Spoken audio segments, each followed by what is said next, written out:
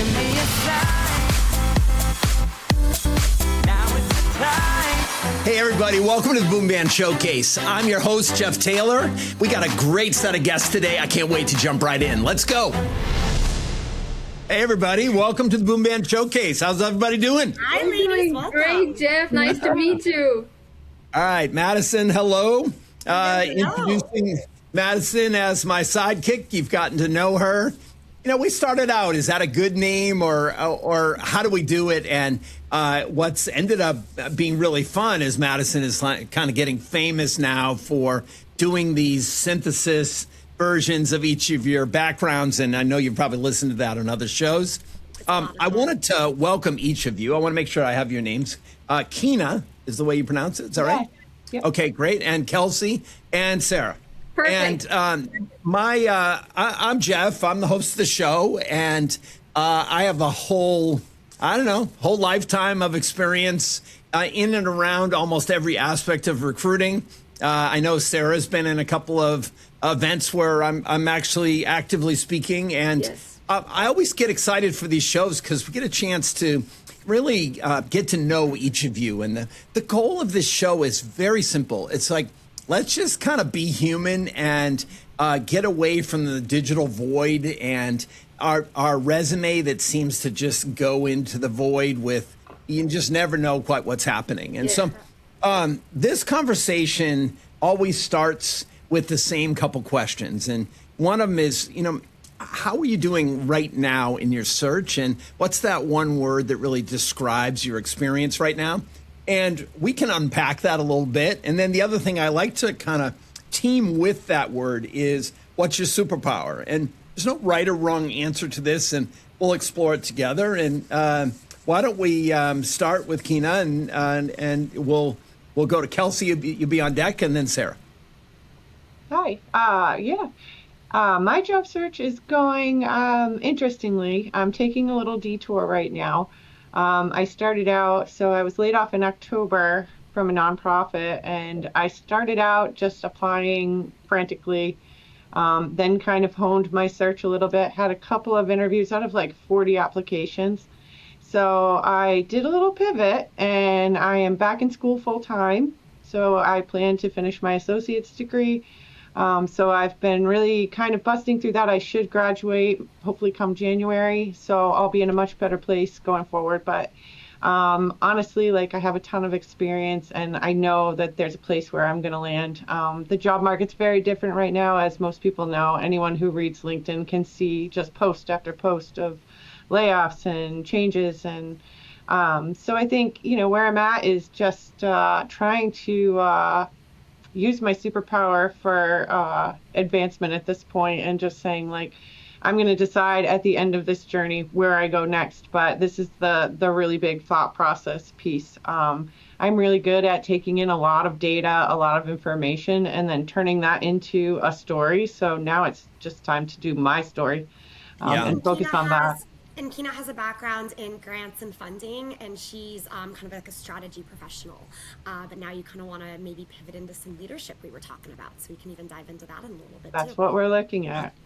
So was the word that I got sort of frantic, or what was the word you used to describe your first kind of applying for everything moment? Oh, it was definitely frantic. Okay. We sort of knew it was coming, but at the same time, like, we had several rounds of layoffs. Nonprofits are struggling right now with funding and different things. So really, it was just, we kind of knew it was coming, but it didn't really feel real. It didn't feel like it was really going to happen. And so we all kind of were just hanging in there. There was about 15 of us at that time that were let go all at once. So it started out really, really frantically, just saying, I need to get this done, and I need to get out there and just get a job right away. But then I realized there was some options out there. In Massachusetts, they have free college if you're over 26 and you don't have a degree yet. So you can do free community college and just kind of get out there, and they pay for everything. They pay for your books. So it's a really excellent program, and not that many people know about it, but yeah. I said, how do you find out about this program? What's it called? Free college? Oh gosh, I can't think of what it's called off the top of my head, but it's All right. through the state of Massachusetts. Um, they have definitely like a catchword for it. I can grab that later. And we can- Awesome. We'll get it up on the site and we'll share it. Tell me, the superpower, it seems like it might be like a pivot or something here, but what's your word for it? Yeah, it's definitely a pivot. Sort of at this point, it's starting to feel more like a reinvention. I was reading something the other day, and it was like these periods of sort of self-reflection and sort of at this age, I'm just really in a place where this pivot makes a much bigger difference than it would have 10, 15, 20 years ago. So I think, this is what I'm looking to do is sort of get to the part of my journey where I'm kind of riding a good solid wave that's not going to fall out from under me. Did you go back to Mount Wachusett? Yes, And what are you studying now? I'm studying civic engagement and leadership, and working on hopefully a capstone project that will help individuals with disabilities learn more about voting and participating in their local politics, things like that. So I have a lot of balls in the air right now. I am working part-time for a small nonprofit, doing some grants for them and doing a ton of just kind of research to see what kind of programs could be funded and by whom. So I'm busy working on that too, just a few hours a week. But they're sailing. So Regatta Point Community Sailing is the name of it, and they do like community boating in Worcester. Oh, that's great. Yep. Okay, so let's shift to Kelsey. And I'm looking for that kind of special word. Some people don't describe it as special, but I'll call it that for now. And then what's that superpower to go with it? Special word is more of a phrase for me. It's into the ether. That is what applying to jobs has kind of felt like. Maybe because I'm just sticking to like one job platform and just hitting the quick apply button most of the times. And then on the other hand of it, it's connections. I have so many people reaching out to me with odds and ends of jobs, freelance work to pick up, and people being like, give me your resume, I'll send it to so-and-so. So like there's like two parts of it for me. Like one where I'm searching for myself and one where I have such a great community and network that is helping me search within there. Yeah. So you're a senior graphic designer.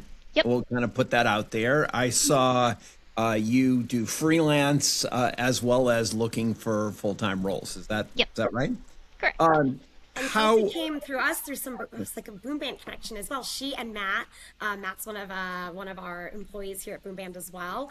They used to work together at one of Kelsey's past companies. So it's all full circle, and to play kind of off of your connection, we would have never found you, Kelsey, if it wasn't for Matt. So again, it's connecting those dots, which I just think is so important. Yeah. Absolutely. So let's talk about that quick apply for a minute, because I think a lot of people are experiencing that. Have you had any activity come from that? The only activity I've had come from that is the emails saying no. That is, and that's only one out of maybe 20. So at least there is a response-ish. But yeah. Yeah, I would say that there's sort of like three things that can happen. You hear nothing, or they get back to you and say, thank you for sending in your resume. Right. And there's sometimes a consideration for or going through a process. Sometimes they'll say you're not right for this role, but will save you for future roles. I think each of these things, if you look at it, it's sort of like a third, a third, and a third is what I've experienced with some other applicants that I know and have talked to. So a third, you get nothing. A third, you get a thank you, and sometimes it's so quick, right? And sometimes that's a turn down, which is frustrating because you feel like they never really got a chance to evaluate you at all. And then there's that one that creates this kind of extended hope, which is, we're in our process, sit tight. But in many cases, there's no response ever again, and so the the idea of putting closure on these things is challenging. Right. We'll talk a little bit about the ideas around that, but I want to pull your superpower in. So you're in the ether and you're quick applying, easy applying, and it's not so easy. Wow, what superpower kicks in for you? Superpower that kicks in is the kind of like a Bob the Builder. Can she fix it? Yes, she can. And that kind of just applies to everything in my life too, from like plumbing problems to Can you creaky say doors. that? Can you say that like it's on the cartoon? It's like Bob the Builder. Can Yes, she he fix it? can. Kelsey the builder. Yes, she can. Can. Absolutely. And like, so like on the opposite side of the quick apply, there's the writing of the cover letters. There's tailoring my resume per each job description for each ones that I want to apply to make sure I'm hitting those points. And sometimes like they're like, oh, you need to be proficient in Figma, which I am, but it was not on my resume, so I added that to my resume and then sent it to them. So kind of just the making the puzzle, I guess, in a way. Well, I mean, to some extent, that yes, she can is such an important part of this process, Right. because that's that resilience. And then you're also talking about customization. And if we just talk about that for a minute, I think there's a danger here where you're using the job posting as a cheat sheet. Right. And then you're starting to kind of customize your resume against that job posting. It's really important, if you are going to do that kind of customization, that from my perspective, at least, you make sure that that's not just like a word that goes into your Right. resume, but that you actually describe how you're using Figma. And if you can't do that, then you probably shouldn't add that. And Right. I think there's one of the challenges is that there's not much restraint. I always talk about a base resume, which is the one where everything is sort of there in the way you would describe your experiences. And then there's like the custom resume, which seems to kind of drift around based on what the job posting is. So just that's a watch out for, but it sounds like the way you're doing it is actually good. Absolutely. The easy apply piece, are you all using that? Yep. Yeah, I think one of the challenges is that in some of the ATS systems, it doesn't complete the application. And so incomplete applications are going to get turned down right away. It's as if you got tired somewhere in the middle of it and didn't finish. And so the incomplete sometimes don't get anything at all because they figure maybe you would come back to it at some point and finish the application, or that you didn't care enough to do it. And so I'm always reticent to just go easy apply unless you're also following up with the company and trying to reach out to that company directly. The challenge is if you go through easy apply and then you also go directly, now you have two resumes kind of floating around in there. And I don't think that's ideal either. So picking your strategy is very important. Definitely. Sara, let's actually come to you. I love having you on the show. I've really enjoyed your interaction in a couple of networking events that I've been a part of, and so want to compliment you for being out there and being bold. And tell us about your work. So, I've been out of the job market for about 2 years. Last I worked was in 2024, but that is because I was waiting for my work permit, and I just got it like 3 weeks ago. So as soon as I got it, I was like, let's get back on track, let's start hunting for jobs. And as someone who expects immediate results, in a week, I was like, okay, maybe I'm facing the issue of not getting responses back. But then, thanks to, the ability and my curiosity of networking, I got to connect with Jeff on a certain group, and I got to connect through a group and I met a lot of people, and they kind of refined my way of thinking. And after that, I tweaked my whole job search. So it's been about, I will say my job search officially started 2 weeks ago. And it's been very targeted. It's been very focused on what industry I got to work on, what I'm towards, like what I'm inclining towards. And the results have been pretty fascinating. So yeah, I'll say I've been out in the job for about 2 weeks. the job market that I'm seeing is evolving. That's the word that I want to use. It's evolving. It's not like how Mhm. it was even 3 months ago. Mhm. So that is the word that I'll use. And if I have to say the superpower that is getting me inside the job market, making it easier for me, is the ability to be a magnet to networking. And I think I kind of attracted that by manifesting it. I don't know how it happened, but it's like something naturally happens. Like if I'm thinking that I want to get into this, I just start finding out ways that just flow into my life. And that is exactly when the connection with Jeff flew in my life. And I was like, is this a sign or something? So I don't know, like 2 weeks later, here I am sitting with you on a podcast, and I did not expect that. Like, so I'm pretty hopeful of the job market, and I'm continuously learning it every single day. Yeah. Let's talk about this magnet for networking. I read on your LinkedIn profile that you're an extrovert, like, period. And then you say that you're an HR nerd, like, period. And then your last statement in your description, in your summary, says, you get my vibe. Why aren't we talking already? And I Exactly. so I was like, that just made me crack up. And I think it actually does kind of show an attitude that's really good. And so I want to talk more about getting your work visa, and we'll do that in the breakout room. Perfect. Just if I look at kind of each of our guests on the podcast today, first of all, thank you for taking a little risk and kind of putting yourself out there. And I hope the reward is that people get to know you. And so I really want your personalities to come out. But I look at, Sara, where you are, you're evolving. And I think each of you are evolving. I look at the other words, and if you see me off, maybe not looking interested, I actually keep like a one-page stat on each of you. I'll show it because it's not very sophisticated. And what it does is it gives me a guide to be able to keep the conversation going. And so Kelsey was saying, like, into the ether. And I think we've all sort of described this kind of scary moment where you don't really know whether people are paying attention. And then I love the Keyna, like, course correct from frantic, which there's a worry that we all kind of get in that frantic state. And so how do we slow things down a little bit? And I'm amazed at how you pivoted and found clarity and go back to school. And we'll talk about that in the breakout. Any questions from each of you, just as you're thinking about your search? Because we've got a little time just to like talk amongst ourselves. So.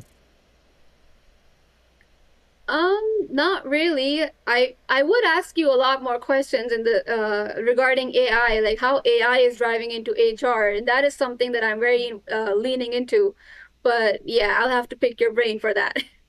Well, so let's talk a little bit about AI, because I think it's sort of hard to have a conversation and not have it be there. It doesn't have to be overpower everything, but I think that there is power in it. So maybe I just ask each of you how you're using AI in your job search, or maybe in a general sense as well. Keyna, why don't I start with you? Um, so I am an early adopter. When I was working on a lot of very lengthy grant narratives. So my boss was very much encouraging me to learn how to use it. So I It have been, meaning like ChatGPT. yes, absolutely ChatGPT. I don't do a lot of design work or anything, so a lot of it is different versions of ChatGPT wherever I land. I think Claude is a very good one for like data and things like that. ChatGPT is fine for narrative and things like that. But the way I've learned to sort of use it is not to build the narrative for me. I feed it so much context. You really have to train it. So I've been working at that for probably a good couple years now, and just kind of getting it to understand, like, say you're working with an agency and it needs to know like about your data, about your location. And I question it often and say, where did you get that information? If it gives me something that looks a little sus, I'm like, oh, wait a minute, tell me where you got that. So You really have to be careful and very critical of it, but it can do amazing things if you really like feed it the right information. Yeah. Ethics aside, it's a very useful tool. And so there's one other thing I wanted to say is coming from two different worlds. When you go from higher education, which I did, into nonprofit and other sectors, you have on one hand, the schools are saying, no, no, no, resist. And then on the other hand, my boss was saying, yes, please use it. And not for the sake of my writing was poor. It's just they're using it to start to really streamline the way that we do things and kind of make more efficiencies because obviously nonprofit budgets are stretched. So yeah, I was kind of caught in the middle of that saying like, okay, on one hand, the college is telling me it's completely unethical. And on the other hand, my boss is saying, you ought to use that. So Oh, yeah. Yeah, I think we're in an awkward time right now where it's like, don't use it, do use it. It's going to take my job. No, it's going to be my job. We're in this intersection, and I think what you described it as occasionally it's a little sus. I have 12 and 15-year-olds. That would be at my my dinner table. That's funny. The thing that I like about what you shared is that you have to feed it a lot of information, and I think that idea. Some people will say, solve this problem for me, and it maybe starts, but it doesn't do a very good job. But if you feed it, the equivalent of a page of your thinking, and then say like, what am I thinking well here, and where would you make suggestions? All of a sudden, it's framing your own thinking in new ways, and I get really excited about it when I do that. And I use it for LinkedIn posts, not to write my LinkedIn posts. I write my LinkedIn posts. I use Claude. I write my whole post on Claude, and then I'll say, can you improve this? Or like, do you grok what I'm saying? Do you, and then Claude will say, oh, you use grok because I made fun of Claude before. Yeah, sometimes I can check things at ChatGPT or grok. And so now it actually knows that I'm going to make a grok joke. So, the other thing that I really like is that you have to check that work. And so that's a key thing is that I find all the time on people's posts, they say, coming in 2026, things are going to be different. It's like, your ChatGPT or Claude wrote that. It was trained in 2025. It doesn't know it's 2026. And that's a real tell for somebody if they're putting work out there and it's acting like it's 2025. So I thought that was cool. Kelsey, how about for you? Very much the same page, like worried and excited. Like, don't know if I should be using it for everything or leaving it in the dust. And definitely, like, my mind is worried about, like, the ethics of it, how much water consumption there is. And there's so much that I don't know about even that side of it. And there's so much that the public probably doesn't know either, what is being publicized by the media. And I mainly use it similar to you, Jeff, for like writing emails, and then I'll like plug it in and it'll give me some different sentences, and then sometimes I'll have to go back and change it to sound more like me because it'll get rid of my explanation points, or like it will use a word that is a lot less fun than the word I was going to use. So it's kind of like finding ways to use it but not letting it remove your personality. Oh yeah, I regularly say don't rewrite that. Right. That's the way I want that to be written. And so after a while, it starts to understand your style of writing. And so the other thing I'm really liking about Claude, I don't know if ChatGPT does this, I don't use it as much now, is when I put out one of these, like maybe 6 paragraphs of prompting my idea, and it says, okay, let me ask a few questions to make sure I'm going to get this right. And it asks me questions about tone. It asks me questions about audience. It sometimes even asks me about length. And so it'll start to, and then it'll ask about attitude, right? You know, what I want to do. And so I like that aspect of it as well. Sarah, let me pull you into the conversation. How do you use it? Currently I'm using it to better my job research, how I'm hunting for jobs. So, there's this platform called Zapier. It automates tasks for you, and it uses Copilot as its AI. And I just wanted to give it a try. And so what it does for me is that it rates my resume according to the job post I put it on it. It tells me what I'm missing, what I need to put to make it better, why this role is a progress for me or a step back for me, and what message I should write to the LinkedIn recruiter. And it just does that for me in a couple of seconds. And this way I realized a lot of job posts that I would just initially just apply to, I just stop. I don't apply to it anymore because if I'm not a good fit, I don't want to be in the crowd where maybe I'm taking up space for a potential candidate who could be a good Wow. fit for it. So Yeah. It's very interesting that both of you are thinking in a macro sense of how it might impact other people or what the environmental impact might be of these large language models and the amount of power they're using and the amount of water they're using.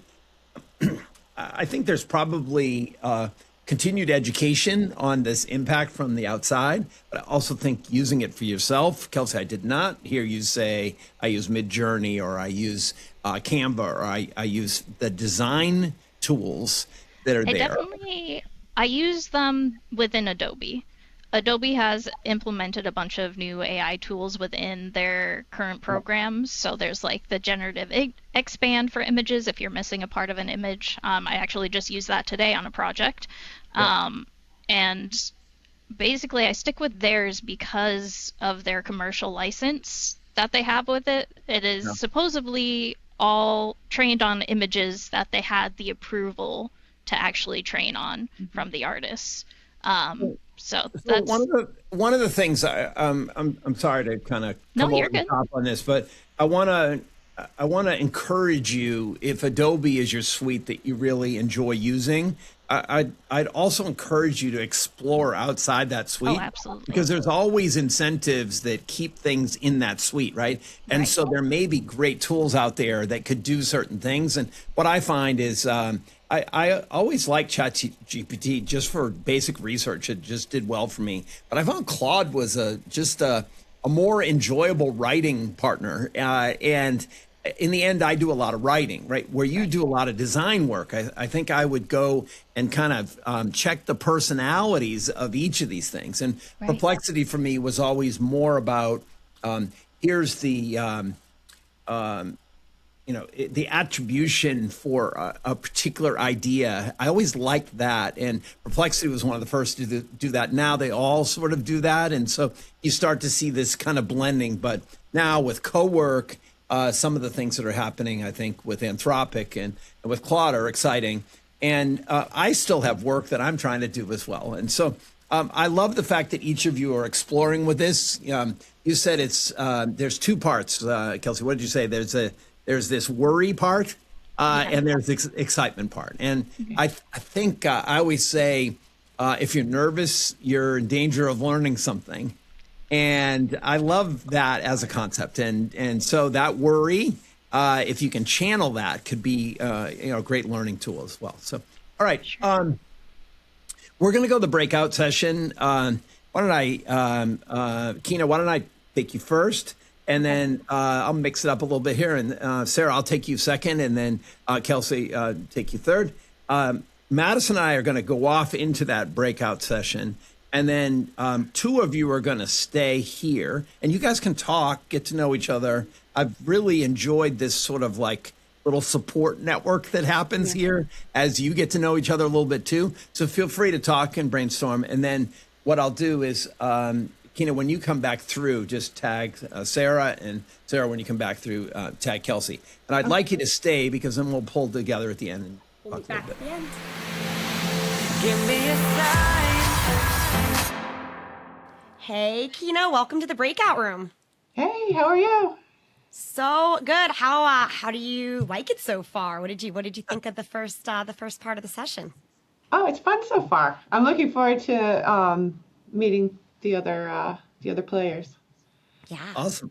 Look at that. It got players in there. I love that. I did it. The boom band lingo. I love it. Yeah, We have yeah. sort of a style in the breakout room, and I know Madison has already kind of interviewed you and got to know you a little bit. So, Madison, take it away. Awesome. Well, Keyna, you bring a dynamic background and a story that doesn't fit into a single lane. And that's exactly what makes you stand out. You've worked across industries, you've worn multiple hats, and you built a skill set that's both broad and deeply practical. And now you found your stride in grants and funding, where everything you've done comes together. From federal transportation funding to community-based programs, you've taken on the full life cycle. You've done proposal development, compliance, reporting, and budgeting, bringing order to complex systems and turning opportunity into real funded impact.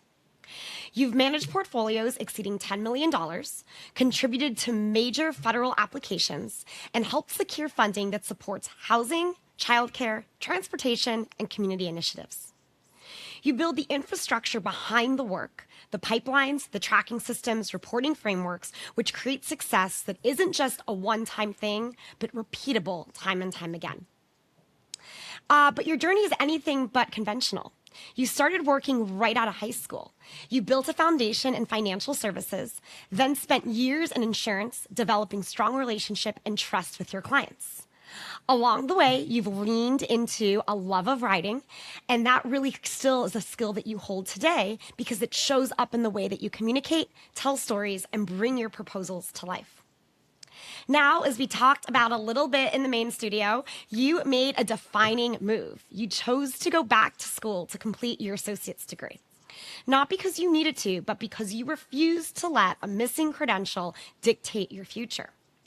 You made the decision to invest in yourself, continuing to work, grow, and push forward while pursuing your education. This choice says everything about you. You adapt, you build, and you keep going, even when the path isn't always clearly laid out. Outside of work, that same grounded, real energy shows up. You're in a band with your husband, you play the guitar and you sing, and you guys do 80s and 90s covers at the local pub and various venues, which I think is just so fun. And that really kind of goes to your personality of wanting to bring people together through music and shared experiences. You love to travel, people watch, spend time at the live shows, but sometimes just enjoy the simple moments with your beloved puppy and cat at home.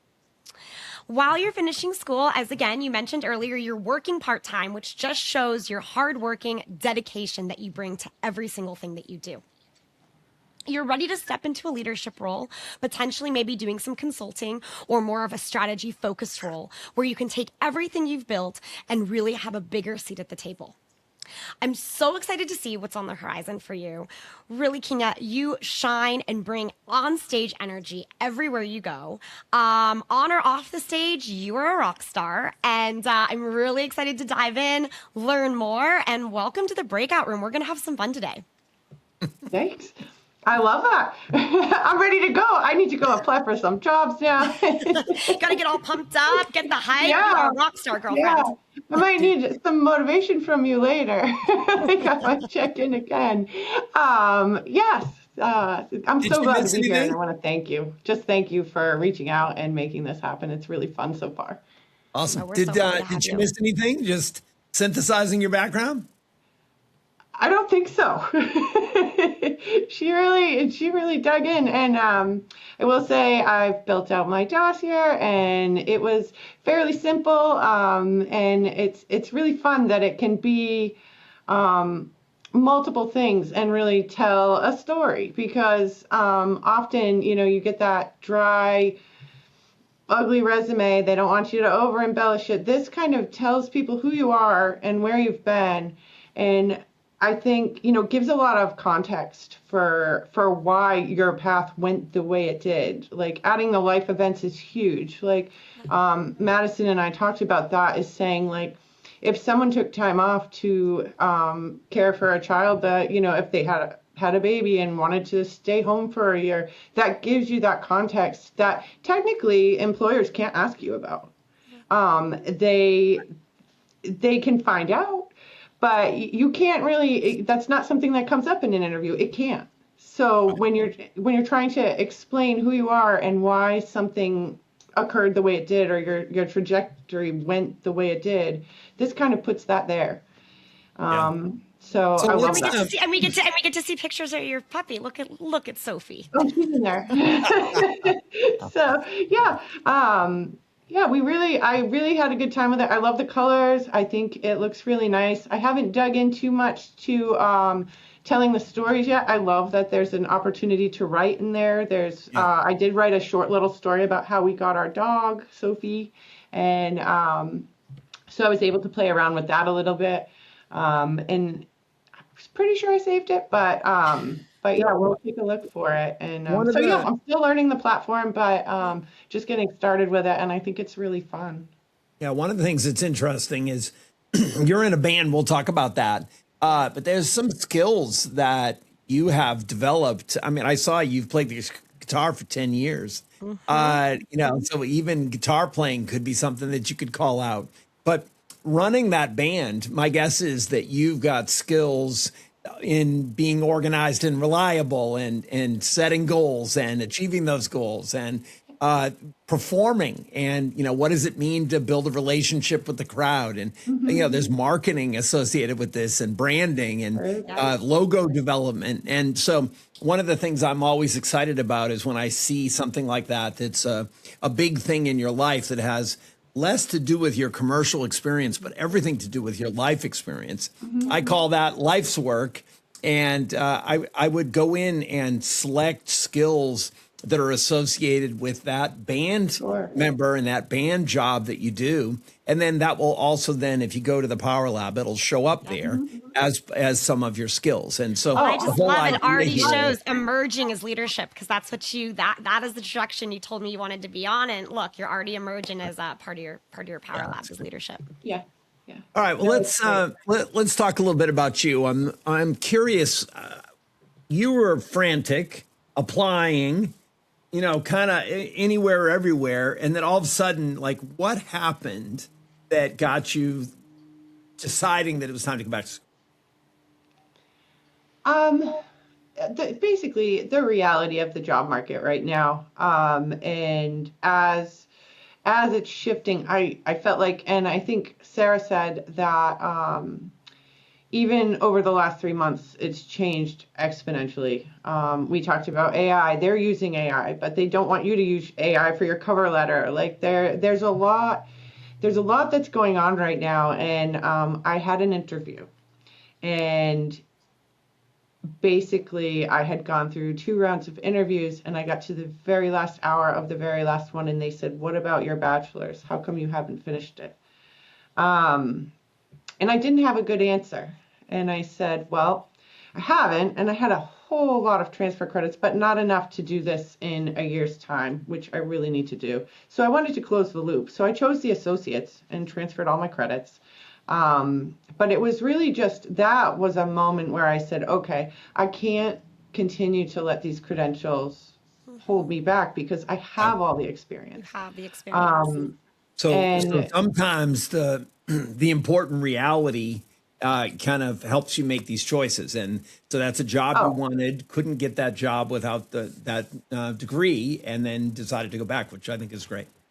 yeah. Let's talk a little bit about the grant writing and the grant management and the project associate roles, and like what do you want to do on the other side of kind of finishing this associates? Do you want to continue that work, or do you want to step up from that work? I'm hoping I can step up to a degree. I'd really like to be in more of a place. I'm more of a systems thinker than I am down in the dirt details person, and I like to fix systems and look for efficiencies. But not just that. I think that I like to have some sort of at this stage in my career, I want to have some say in the direction we'd be going to get to that meeting the mission of any nonprofit or. Yep. And I really think that I have a lot to offer towards strategy and just I think outside the box, and I want to start digging into systems that don't work and making them so that they sort of pull us upward instead Yeah. of sort of that status quo, which, it just, when in my previous work, it just has been really hard to get enough momentum, or push upward, I guess. I would love to take that sort of managing up piece and move that into I'm now kind of driving the change. That would be Yeah. really nice. You know, it's interesting. I was looking at your LinkedIn profile, and you wrote a really thoughtful post about job loss is inevitable, and what does that mean? And one of the things you said was be kind to yourself. And that seems. Let's talk about that for a minute. Like, why did you write that? Um, I think that even though, and I think each of my coworkers went through this as well. We had talked afterwards. I feel like no matter how it happens and no matter what the reasons are, you're still going to sort of internalize a little bit of it and say, did I do something wrong? Right. And in general, like, I mean, we didn't really have that feedback. It was, you did a great job. We're stuck in this mud right now, and we have to make hard decisions. But it's still really hard not to feel like a failure. And so, it took me a few months to really just kind of grab my bootstraps and say, I'm not gonna let this define me, or move my trajectory downward. I thought, well, maybe I'll just go be an administrative assistant somewhere. But I have too much experience for that. That's where the college came in, really. And those jobs aren't easy to get either. Right? Because as you go sort of like down funneled in what would have been experiences you could have handled, a lot of those are also being handled by AI. So, I think this is probably a great step, stepping up to your degree, I think is great. I also saw you seem to be really unselfishly helping others by putting other jobs out there on LinkedIn, for people to see in your network. And I thought that was actually part of that self-care was actually helping and giving back in the community, which I thought was really good. 100%. Let's talk about this band. It's pretty cool. 80s and 90s. You said 10 years. You've been doing it 10 years, right? Well, Yes. she's been playing guitar for 10 Yeah. years. If you had learn how asked to me play the 10 years guitar? ago if I would still be doing it, that's a whole other thing. But it's really fun. We spend a lot of our time, like Madison mentioned, in local pubs, or so it could get a little rowdy. It just feels like it's almost like my mom can't believe I do it. She says, "You're so shy. Why?" And I used to be. But it changed me. Like this was not a conversation I could have had 10 years ago, or appear on a podcast or anything like that. I was very quiet, very behind the scenes. It really brought me out of my shell. And So do you play Bananarama? Do you play B-52s? Oh, gosh, no. Like what kind of No. stuff do you play? We play like Pixies and Nirvana and a lot of like kind of old frat rock stuff. But I think I love to do a little bit of Fleetwood Mac, and Now, do you so we'll sing drag as in well? a few 70s here and there. Do you sing as well? I do.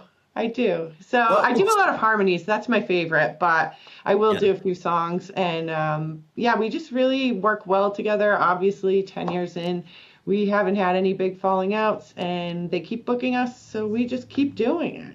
Yeah. How And many of you are there in the three of us. hooligans? It's Three. just the three of us. People So can't it's- believe how loud we are. We're so loud. It's you and your husband. Yeah. And what does he play? He plays lead guitar. Uh-huh. And then a friend of mine, Sean, because Sean Daly and the Hooligans, he does a lot of the lead singing and some guitar. We actually don't have drums. We have arranged our songs in such a way that we can fill out all of the space and play like any other band you hear. So over you have a time, drum we've thought machine? about it. Do you have a drum machine? No, we don't. Literally don't need it. We've asked people about, do you think we should add? And they're like, no, No, it's great. Like Keep- we spent a lot of time figuring out how different things can work together. I have a couple of pedals, like a little bit of a grunge pedal. And even on an acoustic guitar, that fills out enough. But guitar instruments, most people don't know, are actually percussion instruments. So Right. it works out because that rhythm you're holding down is still there. Yeah. And so if you do it right and you're selective about which songs you choose and what the sort of defining piece of the song is going to be, it works. So, what are the skills that you develop around the band? Yes, definitely. We do a lot of marketing, a lot of social media posts.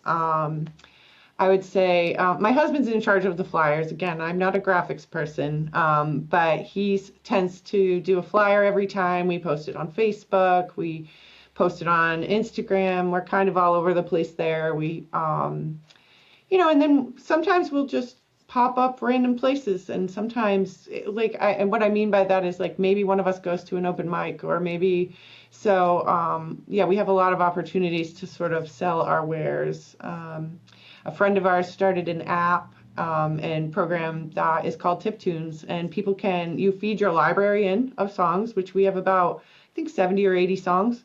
You feed that into it, they scan a code at the table, and they can tip you to play any one of those songs. So that's cool. it's pretty awesome. That's really cool. And then you don't Good have idea. to do as much to really like what ends up happening is you can play what they want to hear when they want to hear it. And that was something that we are pretty good at choosing, but this just gave us a whole new level of feedback about they can like songs.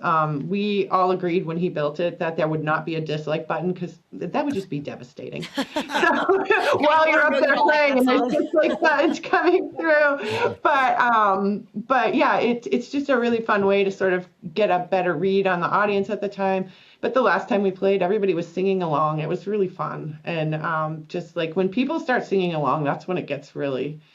What's really your satisfying. favorite song? Oh, gosh. I like them all. We play a few obscure songs. I actually like one called Kansas City. It was Marcus Mumford and somebody else. And basically what they did, there was an album of Bob Dylan songs. That they sort of collaborated to put to music. So it's pretty neat. It's kind of a cool thing. So it's actually a Bob Dylan sort of set of lyrics that they put to music. So it's called Kansas City. It's really nice. And do these kind of songs end up being asked for? Like people like them? Sometimes, yeah. Right now, I don't want to tell you what our most requested song right now, but we end every night with Oh, we have Purple to Rain. know. Purple gosh. Rain. Okay, but with the caveat that we might be able to cut this out. So lately, my husband can play the beginning of any song. So he'll do that in between. And people heard him play Mother by Danzig. And so now we do it, which is bizarre, but it's not. Like, it works for us. Those kinds of songs, all of a sudden, one time we just out of the blue played Fight for Your Right to Party by the Beastie Boys. And So we good. didn't know it, but it's only a few chords, and we just said, let's go for it. They asked for it, so we did it. And so, yeah, we have a lot of fun. It's so good. All right. This is sort of like our fun round. You can spend a week, and you have to spend a week with one of your 80s bands. Which one would you pick? 80s band I would spend a week with. Whew, they're pretty rough. I would say, oh gosh, that's a tough one. Probably Ted Leo and the Pharmacists. Look it up. Wow. Why? They're fun. Well, he actually started out in a band called Chisel, and he's just a blast. He's just so fun to watch. His band is amazing. He's had a few iterations since I started following him in, I don't know, the 90s sometime. But yeah, it's like an old punk sort of. So do you like to go to shows as well as to perform in them? All the time. All the time. We love going to shows. And you pick up little things. Oh, I like that light, or I like the way they sing that, or. I always take pictures of the pedal boards for my husband, and sometimes I just want to get up there and sing. That can be kind of frustrating. Sometimes you're like, oh, I just don't want to get. I just want to get on stage. Yeah, I'm ready. All right. You can have one special ability for a week. What would it be? Oh, stop worrying. I just want to stop worrying. That's all. That's it. I want to have a week where there is no worries. None. All right. Yeah. All right. And it almost seems like you could actually get that special ability. You could design your life around, for 1 week, I'm basically just not going to worry about things. And then you would have achieved something that you just wished for. Why not? I should try it. I really should. Yeah. It's been How it's long- been a journey. I'll say, like, nobody that appears here is going to say that this is easy. Yeah. No. It's it can be sort of life altering, and it can be life changing in a good way, but it's frustrating, and you really want to support other people, but also keep your head above water. There's nothing you can really say that replaces just feeling like you have a job and an income that's steady, and that you can kind of manage what's coming next. So yeah. That's the goal. So I want to leave you with a couple of challenges. One is, don't wait until you're done with school to start thinking about what you want to do, because you've already experienced that frantic market. So maybe you can break that market down a little bit. I think the second thing I'd recommend is, I think your best post of everything that I read, mostly you repost other things, was the one you wrote. And so seemed to be a good writer. And so maybe communicate those things, because I think being visible is an important part of your job search process today, right? And that you'll get credibility and people understanding you more in that process and doing that original work. So I would challenge that.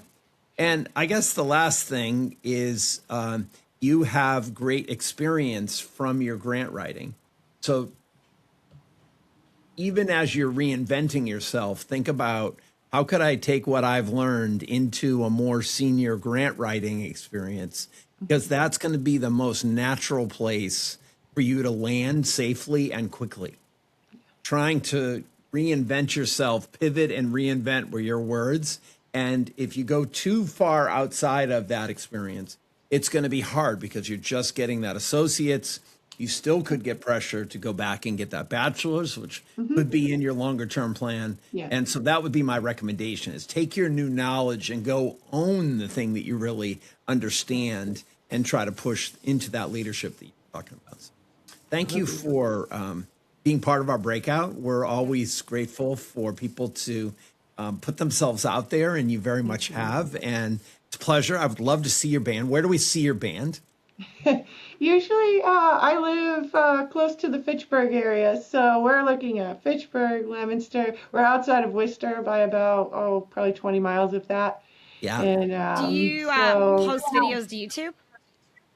my father-in-law does sometimes. So I'll take a look and see if there's anything we have. I'm sure I'll add it if I can find anything, and I'll add it to my dossier so people can watch. Perfect. So to get in touch with Keyna, you can go right to showcase@boomband.com and reach out. And I'm going to send you back to the main room, and you're going to go grab Sara and send her our way. We'll see Okay, you back thanks in so the main much. studio in a little bit. You bet. Bye, Keyna. Give me a sign. Hey, Sara, welcome to the breakout. How's it going? It's going good. How are you guys? Good. How is your one-on-one kind of chat with Kelsey while you were waiting to come over? It was fun. We talked about movies. We talked about the job market. We got to know about each other, that she's also worked as a barista. We talked about some coffee recipes. I automatically feel like you guys are going to become friends, knowing you love Yeah, coffee totally, like I do. totally. All right. Well, Instant friends. we have a certain style in the breakout, and I know Madison spent time with you. So why don't we kick it off, Madison, and let's get to know Sara. Absolutely. Well, Sara, you are a global HR and talent leader who builds from the ground up, and you do it fast. You step into growing companies and turn hiring into momentum. From scaling teams across Pakistan and Amsterdam to closing 30 plus roles in just a few months, you create structure, clarity, and results in real time. You've been employee number one in HR, and then you build the function as the company scales to over 60 people, partnering directly with leadership and thinking beyond recruiting into how the business actually grows. You shape teams, you influence decisions, and you build systems that last. But your story is so much bigger than your resume. And your journey is really, really, really inspiring. And it was so great to kind of have that one-on-one time with you. You moved from Pakistan to the US with your husband. You navigated the uncertainties of starting over in a brand new place. And now, as you mentioned, you just got your work authorization in hand. So now you're ready to step into that next opportunity. Connection is truly your edge. You've built a LinkedIn community of over 50,000 people by showing up, building relationships, and creating real value. And you just don't do it online. You do it in rooms and events and across real conversations. Fun fact, you've even been featured on a Times Square billboard, which not too many people can say that they've done that. So honestly, with all this, I'm just really excited to see kind of what you can do now with Boomband. I think it'll be excited to see your connections grow. Your foundation is very strong. You hold your MBA in Human Resource Management, and since moving to Indiana, you've continued to evolve. You invest in yourself through certifications and courses on Coursera, constantly sharpening your skills and staying ahead of where the industry is going. And kind of what we talked about a little bit earlier as well, what sets you apart is you just don't learn the technology, you actually then apply it. You built your own AI agent to help you with your job search, and then you've even had other folks reach out to you to ask you to help them do the same. Outside of work, your energy shows up. You enjoy traveling across the country. You like to explore new restaurants every week. You love meeting people and turning everyday moments into connection points. You're a foodie at heart, and you even keep a running journal of every restaurant you've ever visited and what you've ordered. You shared a favorite with me was Holy Buckets, a great fried chicken place. And all I can really think about as you were telling me this is that I feel like there could be some sort of a food blog in your future, because I would totally follow along to get your reviews. I think that'd be pretty cool. You are a coffee lover, and you always enjoy going and discovering new local spots and really supporting the local businesses. Your competitive side shows up, though, when it's game time. Whether you're playing Exploding Kittens, Codenames, or Uno No Mercy, which I have since ordered, you play to win, and that same drive really carries on into your professional life. You thrive in startups because you want to be close to the decisions, close to the people, and close to the impact. At your core, you're not just here to support growth, you're here to build it. Your energy, Sara, is really contagious, and it's been such a pleasure getting to know you more. I'm really excited to dive in, and let's do this. Welcome to the breakout, and this is going to be awesome. I can already feel it. Wow, Madison, that is so perfectly put. Oh my God, I love it. Just soak it all in. Just have that moment for you, girlfriend. I loved this so much. I don't think anyone's ever done something this good for me. It's good. Well, you've actually done it. These are your stories. It's everything you've done. You are amazing. Yeah. Wow. Tell us a little bit about how did you get to the States? What was the process? Where did you get your degrees? It looks like you have a bunch of UK type work experience. And so just tell us a little story about you. So, Jeff, I started my work experience back in 2019. And that was when I was like doing I was doing my bachelor's in accountancy and law. And halfway through my majors, I realized this is something that is so, I don't think I'm interested in this anymore. And I was like, I need to immediately make a foundation towards HR. So 2019, I finished my degree, and then I do 2 back-to-back internships in HR to build that base for myself. And then literally the day my internship ends is the next day where I land a job with a company that was called WaveTech. And the role was so amazing because I was reporting to the HR manager and the CEO. So I was getting direct exposure. The CEO knew me personally, and I was learning everything I could on the job. And I obviously, since it was my first job, my intention when I started working was, I'm just going to work for 3 months, take my mom and my parents, my sister to Dubai, have a nice vacation, and then just finish. I was like, I don't want to work. I'm going to take a very early retirement. So this is something that I told my CEO at the job interview. And 3 months down the line, I go to him like, I mentioned about going to Dubai, and he's like, yeah, you did. That's why I hired you. You're getting that paid vacation, and I want you to continue working when you're back. I was like, oh my God, that is because it was not even part of our policy. And he made an exception for me. And I was like, I love this. So I enjoyed Dubai. I came back, and the next day my salary gets credited. I was like, okay, let's get deep into it. That's when I understood that when you're close to the CEO and people who are making the decisions and they see your potential, you need to make sure that you show up more for them. You tell them that, this was just the tip of the iceberg. I've got so much more to show. And in that experience of mine, I worked there for a year. And I had to leave because of personal reasons. There were some family problems that I was going through. But when I left, my CEO asked me, like, will I be able to see you back? Will you be in the market? I was like, don't worry, I'm always an email away. He gave me an employee of the quarter twice in a year. And, I got an increment. I got the experience to work with international companies as well while working at WaveTech. And then I moved to a startup. And my point was when I'm moving to a startup, it's not because, it's just like I need work or it's something boring. From the get-go, I was clear that I want to build something. And if I'm building something, it should be from the scratch. I want to be the founding member of that company. I want to be known in the books of it. Like when I'm gone, like when they tell you the stories about who set the base, I want to be there. So I want to be that person. And I was given that opportunity. And my boss was so open-minded. He told me, Sara, in the next 2 years, I want you to be so good at your job that you come to me and tell me I'm not learning anything anymore. If you've got something more challenging for me, give it to me or else I'm leaving. So he made sure that my job always had constant learning and development on it. And he would put me on the front face and he's like, go deal with it. And he has so much trust in me that, it worked out. Like he would just throw me into situations and tell me, okay, this is a Dutch client that you're now working with. Now talk to them, make policies for them, plan their onboarding activities, do everything you want, just deal with them individually. And then he would never check back for like a week. For like 2 weeks, he wouldn't check on me. And then 2 weeks later, when the Dutch have to give in the report, they're like, we're very happy with Sara. She's the one who's like leading all the initiatives. So I think that's where it all started. I didn't even want to work. And when I saw the potential that CEOs or decision makers, basically, when they see that you have the potential in you, they give you confidence.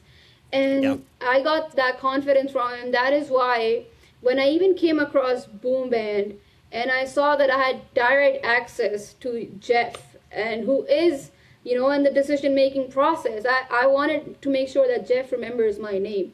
So I made sure to ask smart questions, and be like attentive in those calls. And like, I wanted to impress Jeff, and I'm so glad that I'm sitting here.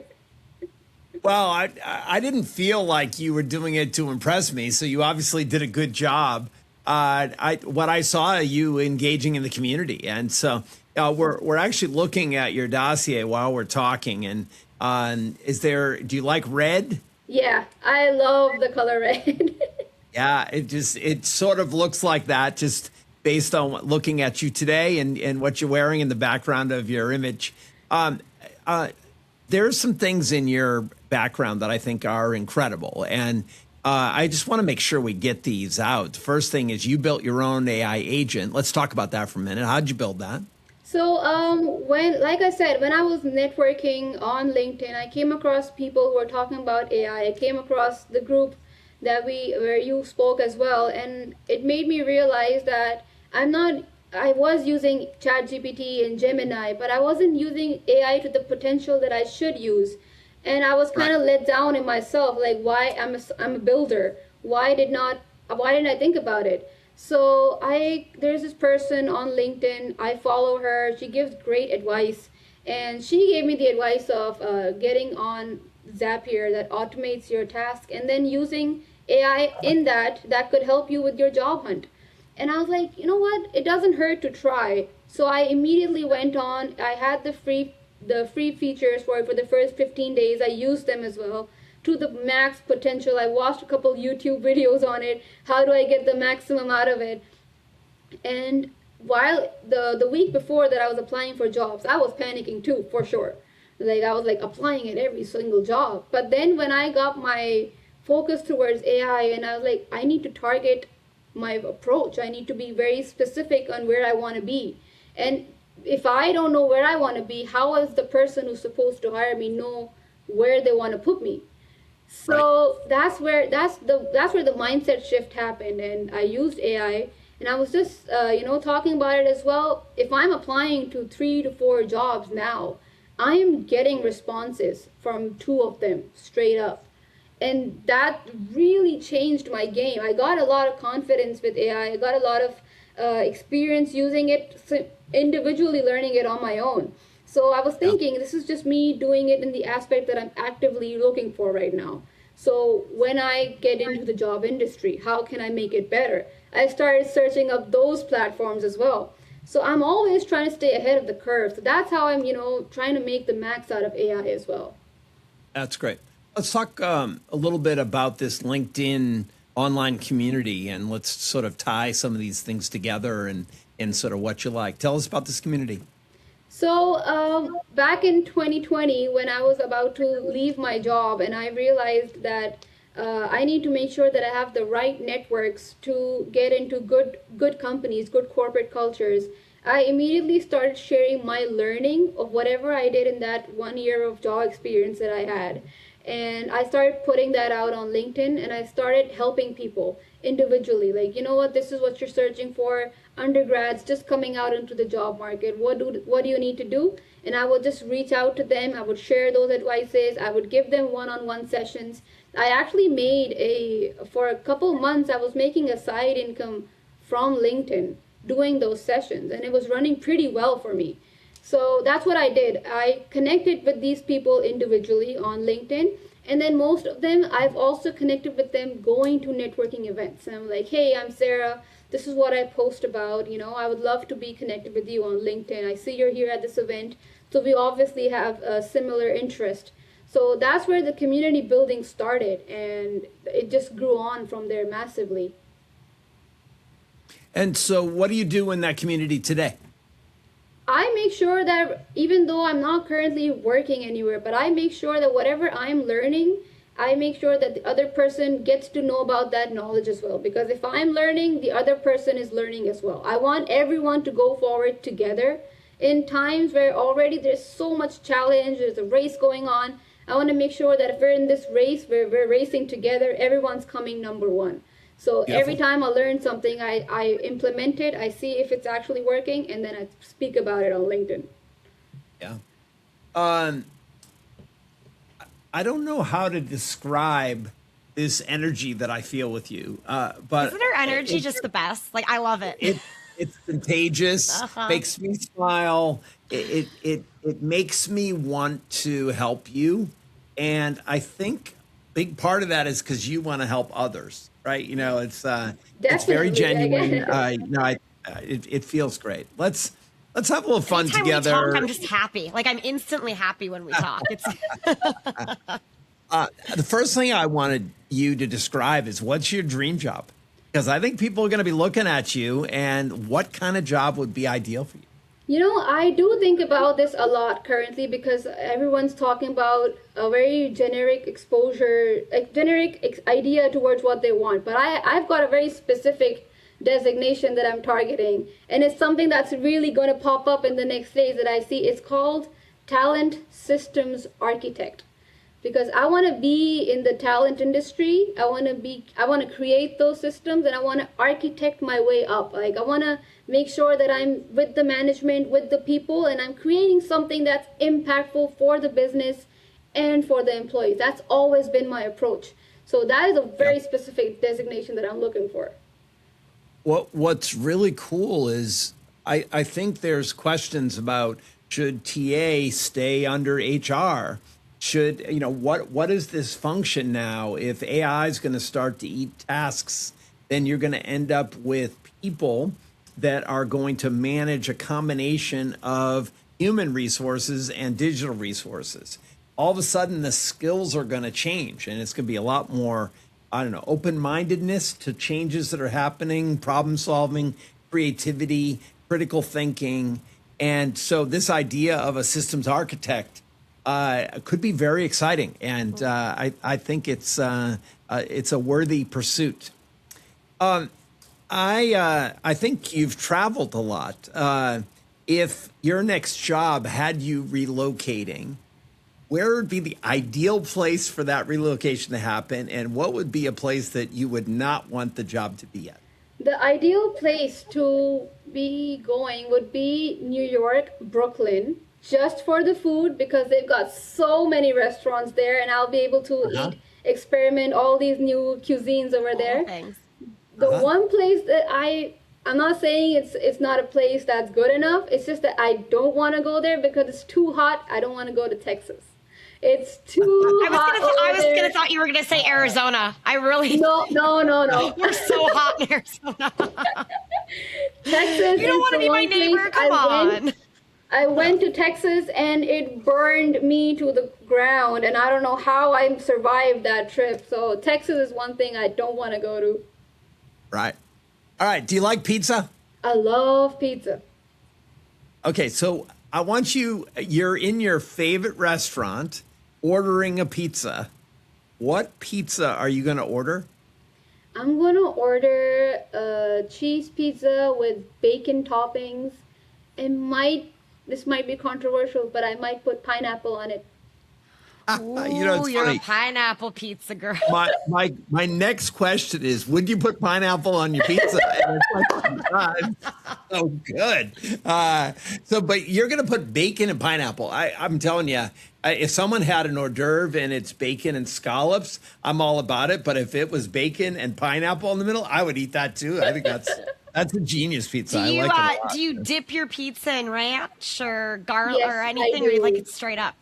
I dip it in ranch as well. I take the whole thing. Yep. Oh yeah, I'm a ranch dipper. You Yeah, can get I'm it a right ranch on. dipper. It's good. All right, I'm interested in this. Favorite TV show from when you were a kid? From when I was a kid. Interestingly, this podcast aligned on the exact 20th anniversary of that show. It's called The Hannah Montana Show that used to be on Disney Channel. And today is the 20th anniversary of that show. Well, we planned this for Hannah Montana. No question about it, right? And why Hannah Montana? Because it showed her as she had two personalities, one as Miley and one as Hannah. And I believe that I wanted to be that I wanted to have that confidence where I could be one version of myself when I grow up and be the other version with just my close friends. And that really inspired me. I was like, oh, she's so confident. She's on stage and singing. And then there's a whole other side of her. And I wanted to be, mysterious or kind of like that. But I don't think I'm mysterious at all. I feel She had that the best of both worlds, right? Yeah, the best of both worlds. Yeah. The best of both worlds. She is still a very confident. 100%. Yeah. Mostly role model. I think she. What was it? A year or two ago, she was on Grammys, I think, and she was on stage, and I guess she was incredible. Yeah. She won her first Grammy, and then she started dancing, and it was a very nice performance. Yeah. Jeff, does your daughter watch Hannah Montana? Has that stayed up with Next Generation? No. No. In fact, she's 12, and so she liked Taylor Swift a couple years ago, and she's moved on from that. She likes some country boy singers, or it's kind of like her deal, I would say. And then she actually likes a little hip hop, and so you put this country and hip hop. I don't ever know what we're listening to in the car. Sarah, I want to thank you for being the breakout with us. I'm very impressed with your background. You know, one of the things that Madison always says is we wish we could hire everybody that's on the show. And I wish I had a job that was the right job as a talent systems architect. And maybe that day will come. But very great background and fun. And I love your vibe. I think it's somewhere it says you set the vibe. And I love that. That's great. So the vibe has been set. So back to the main room, and you're going to go get Kelsey for us, and we'll wrap things up. Perfect. And thank you. for Perfect. being here. Thank you, Jeff. See you in a I'll little see bit, you in a Sarah. while. Give me a sign. Hey, Kelsey, welcome to the breakout room. Thank you. I'm excited. Thank How's you it for being going? patient. Oh, I know, I but love coming being third patient. is The like, conversations are just fantastic. So Awesome. So we have a style here, and Madison has gotten to know you, and she just can't wait to kind of put your background out there for favorite part. everybody. We decided a long time ago it's too hard to get you to describe your background in even like 5 minutes. So Madison, take it away. Kelsey, you are a creative force who brings ideas to life across every medium. From branding and web to animation and video, you move seamlessly between digital and print, turning concepts into experiences that people actually feel and remember. You're a go-getter at your core. You worked 3 jobs during college, all while also pet sitting, which shows up today in your ability to wear many hats and thrive in fast-moving environments. You've supported major global brands, delivering everything from full marketing toolkits to high impact campaigns, balancing speed with precision and never losing the details that make great design stand out.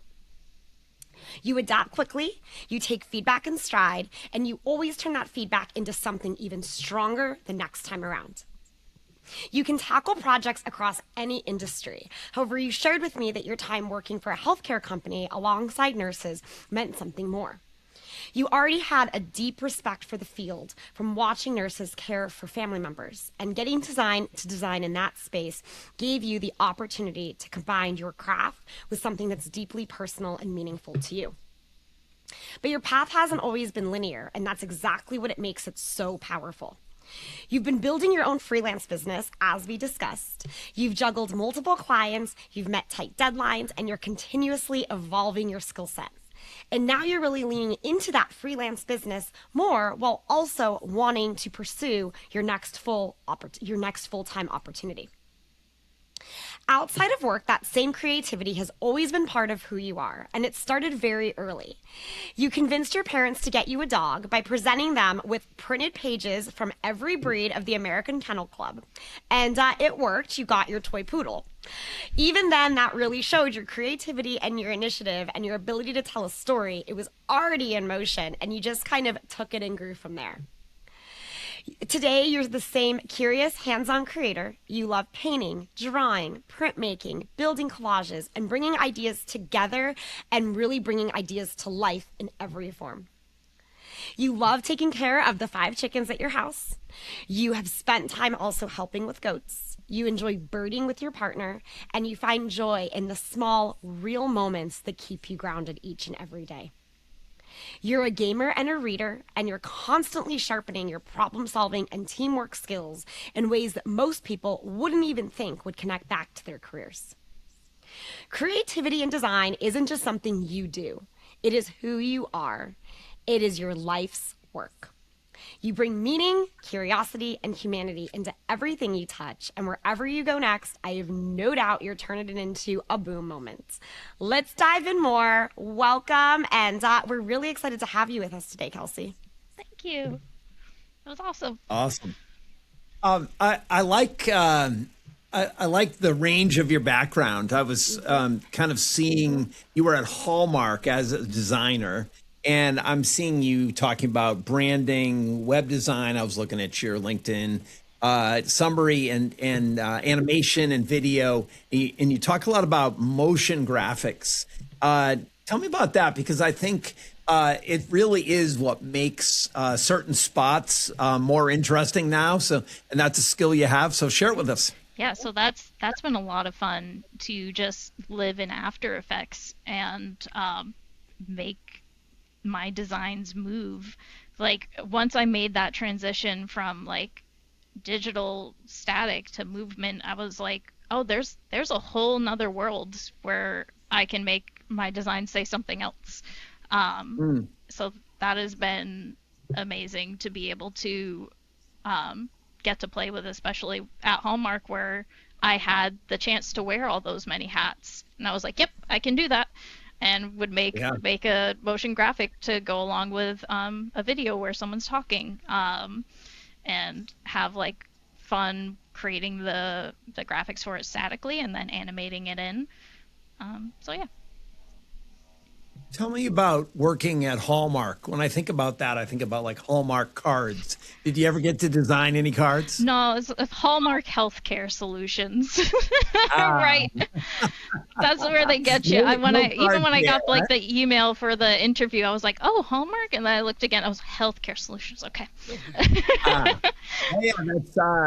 That's both confusing and also probably an easy mistake, Right. but opens up a whole other Especially area. with doing what you do. Yep. Right. Exactly. Yeah, makes sense. Another thing that I liked in your design kit was floor stickers. Yes. And I saw these, Madison, and I was like, I think Boomband needs some floor stickers. Those are cool. And so is that like a rogue, like, guerrilla tactic where you're just putting these stickers on the floor? No, I've actually did them for a couple companies now. I did them a lot for Work Human, where we're marketing like internal marketing a new software for employees. So like putting those on the floors of the office to like get people's attention. And then my favorite one was with Hallmark for a conference, an event. So we had two people go to those conferences, and we had them lay down and pretend like they were about to be stepped on. So like that was like, that was a boom moment I definitely need to put in there as well. Those were a huge hit, like really to like break the ice there and be like, come to our booth, like. Yeah, I think that's really good. I think this idea of these kind of alternative creative things sounds like that's been an important part of your background. Oh, absolutely. One of the things I saw is that you feature your website. How do you say your last name? Cabral. So KelseyCabral.com. So I want to put a plug out there for that. And then I also saw that your image on LinkedIn is like a printed brochure. Yes, I have the header image, like the hero image of my site as the printed brochure. Basically, that's just one brochure I did at my first job that I like had that first moment of like, I feel really proud about this. Now I have made so much more things that are infinitely better than that one brochure. So it is probably time to try to change that one. Yeah. So my reaction to that was, I think that there's probably a lot of companies out there still doing printed brochures because leave behinds are still a thing. But it might be interesting because you're doing these maybe sort of newer Adobe Suite type work to showcase that as a lead, and then have that printed brochures. Yes, we also do those. That was just a reaction when I saw. I also, my other suggestion for you is, I don't think you post very much on LinkedIn. Sort of like a year ago and then like 4 or 5 months ago. And as a designer, I think it might be an opportunity, even with your freelance work, to be able to kind of show up and, do little case studies or examples. And even having these case studies like we're talking about with the motion graphics or, with these floor stickers or whatever. I'm not suggesting that I know the right things, but I think you also have a lot of interests. You do collages and painting and printmaking, and I think it really can show you off. Let me get you talking about this. What do you think? I think that is right in line with what I want to do. I have I write everything down in lists on a piece of paper. And on that list, I have update your professional Instagram profile.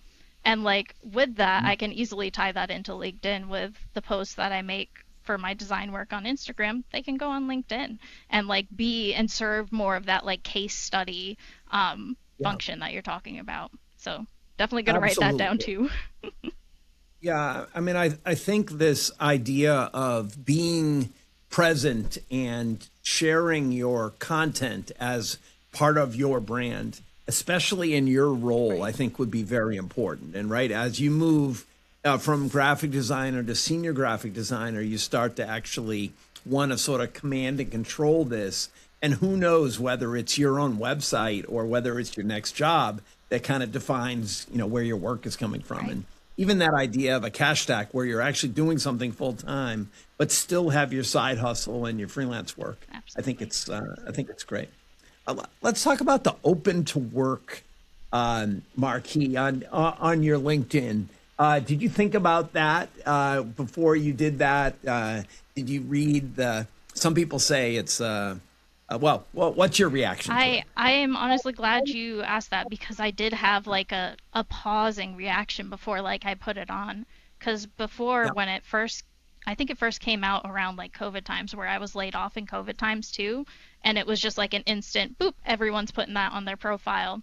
And then for the past year or so, I'm on LinkedIn. I'm seeing the conversations of you shouldn't put that on there. You should actually just have it be you. And like then other people are like, no, put it on there. It tells people that you're open for work. And then other people, oh, but you are open for work otherwise. It's like so there's definitely that dichotomy there. And I was like, well, just put it on, see what happens.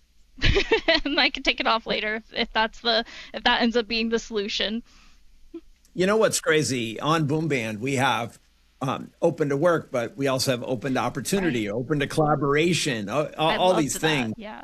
Uh, because you can do Photoshop, and you can put any image on LinkedIn. Maybe you could put one that's like a little bit more marketing, Right. like open opportunity or something, maybe in a different color. So you're kind of playing with the concept, but making it so it's like Making it an my ad own. for Yeah. your design stuff, right? Standing out a bit. Possibility, Hmm. right?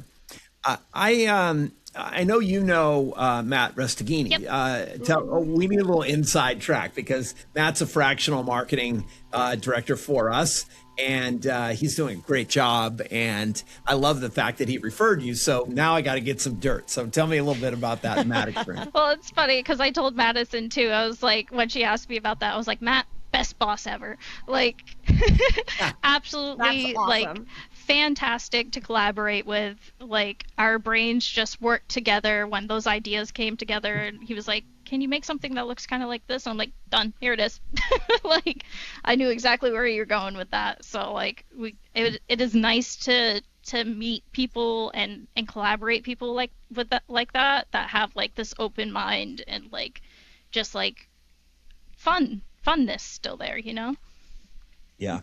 He started right out of school working for me at Monster. Oh yeah. And so that's the experience that I have with him is he really grew up in the Monster environment. And I had a chance. He reached out to me early. You just built your dossier on Boomband. Well, he built one before we even had one. And he presented it to us, and he was very good at marketing himself. A little bit of what we've just been talking about for you Right. to market yourself. He did a very good job of marketing himself to us. And it was easy. He made it easy, right? And I think that's especially as a senior designer partner, anytime you can make it easy, that really helps. And, bring your innovation, but also bring your ability to kind of smooth through these things, I think is great. So Exactly.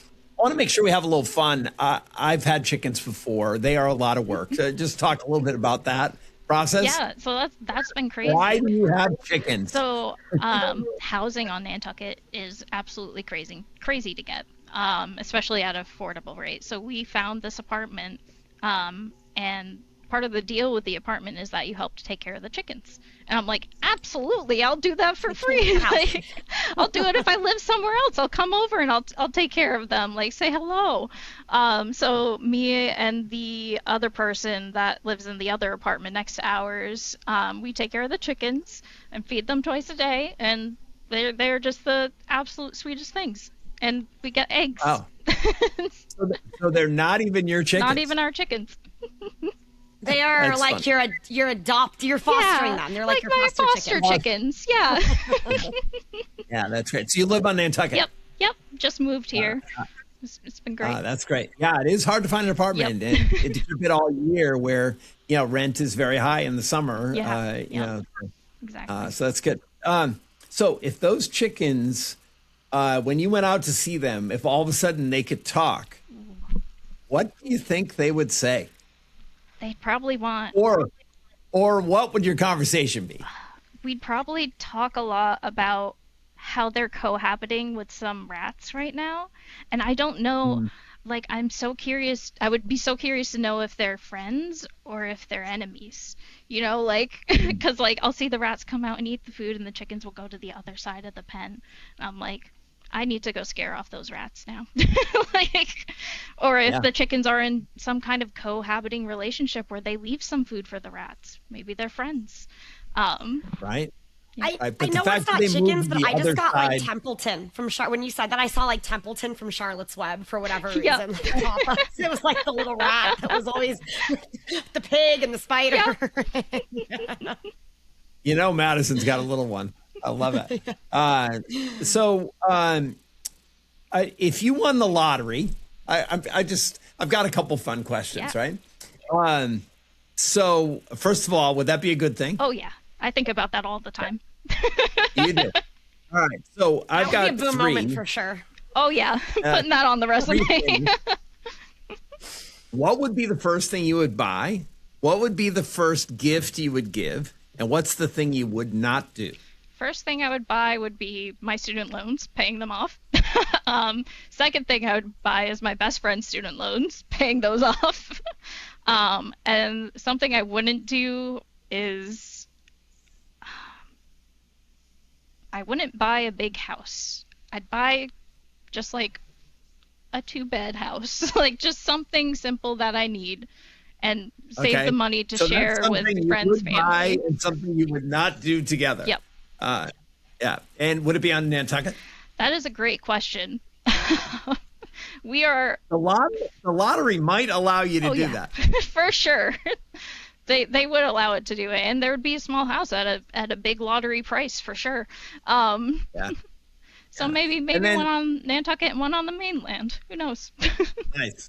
Two houses. 2 houses. All right. How about something you would gift? I'd definitely gift like my father a good house, and like gift him A like lot of houses in this picture. gift him like a This is no maid longer- service, like make sure like he's all taken care of, like he doesn't have to yeah. clean anymore. Give him some gift cards to his favorite restaurants. Nice. All right. Last one. Favorite book you like to Oh read? yeah, favorite book. It is between two right now because I'm reading a series that's really good. Dungeon Crawler Carl. That might end up being my favorite book. But Tomorrow, and Tomorrow. I read that, and that stuck with me. That book was fantastic. Tell us about this book, the author. What's the basic through line? I can't remember the author for Tomorrow, but the basic through line for that was it is about this guy who's in college, and he starts to create a video game. He's a video game developer, and it focuses on his relationships with his friends who he's making the game with, and then the story gets wild from there.